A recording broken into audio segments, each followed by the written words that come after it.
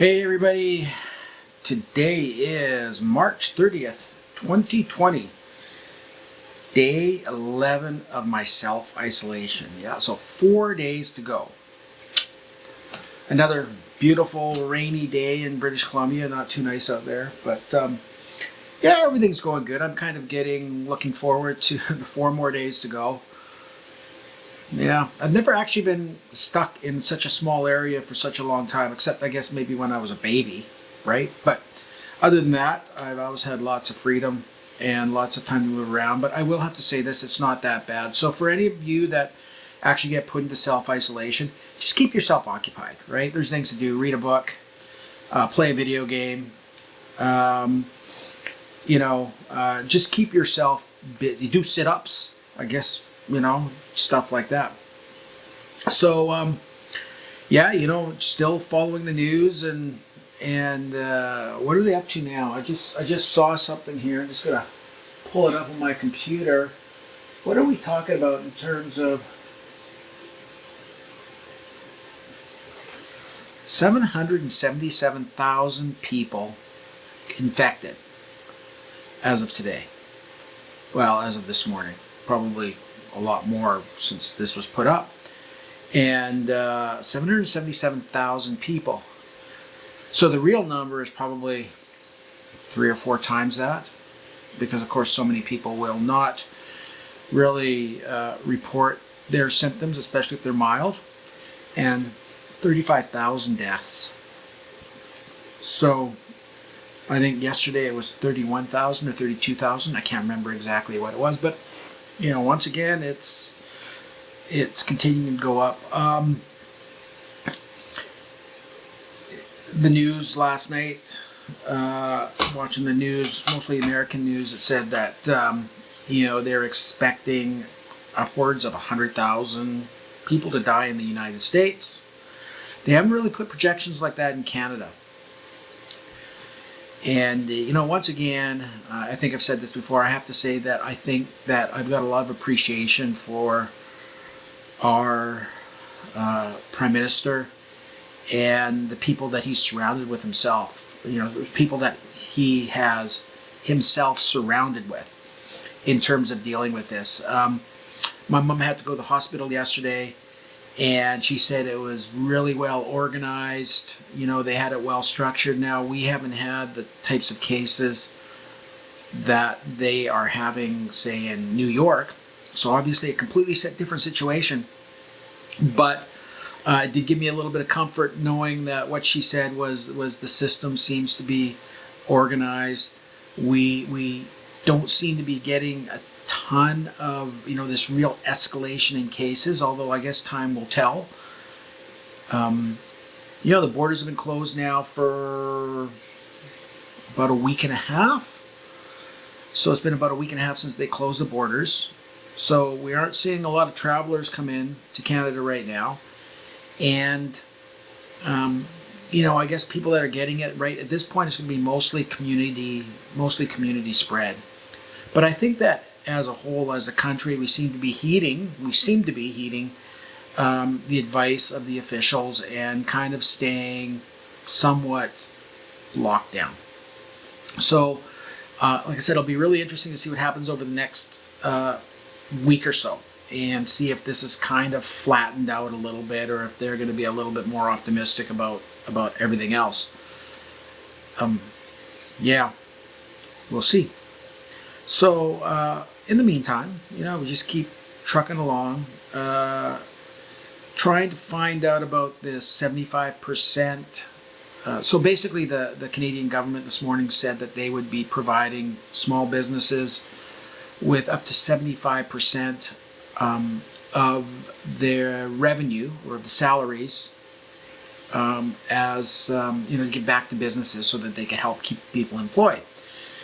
And basically, it seems like the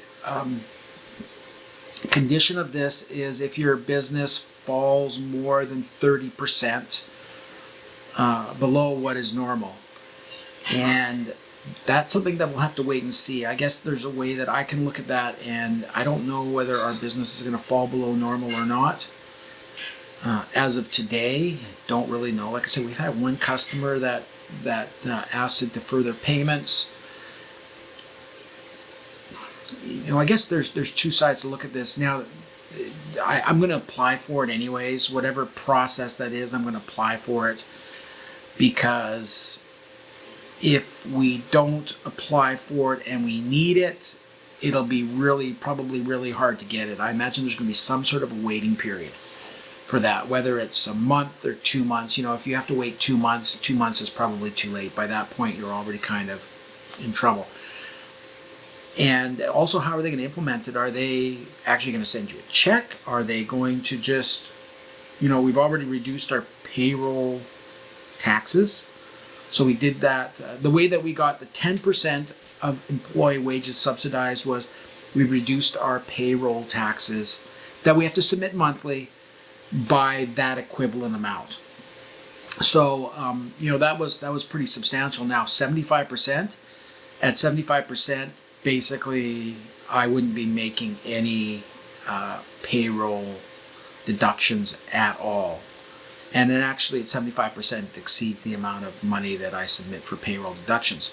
So I guess we're going to find out over the next few days or weeks exactly what that means.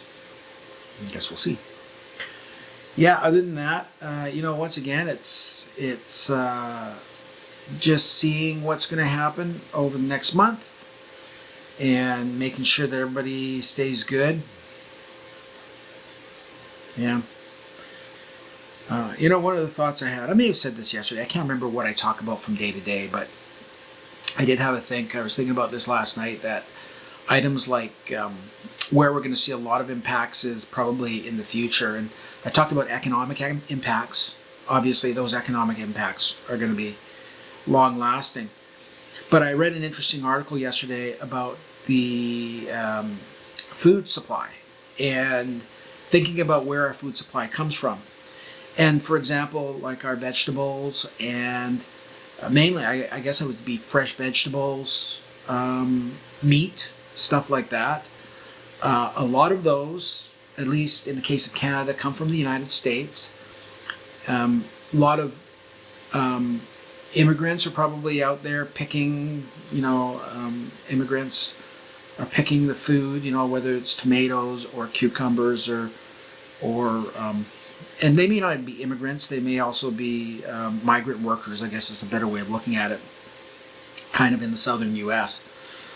And if this is going to affect food production, which I imagine it will, because how are people going to go out in the fields and pick this food? Then we could very likely see a supply shortage of these fresh vegetables and things like that. And of course, supply shortage means rising prices and bare supermarket shelves and stuff like that. And even when it comes to meat, when you're talking about things like the packing plants are relatively automated, but they still require a lot of people working in there. And so what's going to happen? Do they still have all these people working in the packing plants? I don't really know whether that's happening or not. But I imagine a lot of these factories and stuff like that could be shut down. If they're not already shut down, they could be shut down.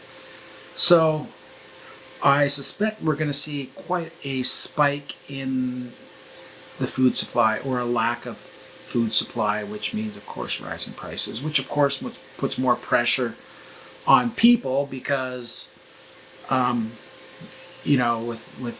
millions and millions of people being out of work, they aren't going to have the money to spend on food.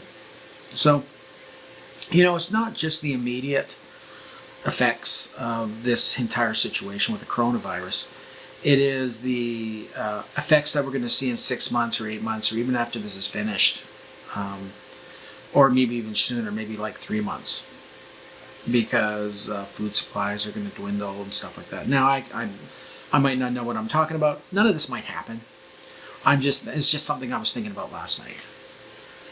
So, thinking about that last night, are there opportunities? It's horrible to think of opportunities at a time like this, but could there be opportunities? And I guess you have to think about those opportunities, because ultimately we're all going to be in survival mode. If there's an opportunity, maybe need to figure out how to take advantage of it. And so I'll be looking and seeing what those opportunities are, seeing if I'm in a position to take advantage of them. I might be, I might not. Once again, I don't know. But, you know, that said, if you guys can think of anything, if you'd like to add anything to this, if you'd like me to talk about anything, if you have any comments about what I'm saying, please leave their comments below. I do read everything that comes in. I don't get a lot of people looking at this, so it's not like there's going to be a lot of comments. So, you know, you can pretty much be 100% assured that if you leave a comment, I'm going to read it. I don't have to scroll through a million of them. It'll just be there. I'll read it. So leave a comment below. If you want me to keep talking about things, then let me know what you'd like to talk about. I'll keep talking about things anyways, because this takes up some of my time, right? My daily video self-isolation vlog, which will go on for 4 more days. And I'll probably continue to do it after that time, because I'm going to be working at home for the next, I don't know, 3 or 4 months anyways. So it gives me something to do. Gives me a way to keep myself occupied. So that's it. Enough babbling for now. Leave your comments below. I'll talk to you tomorrow. Have a great day. Or at least have a good day. All right. Okay. Thanks for watching. All right. Bye.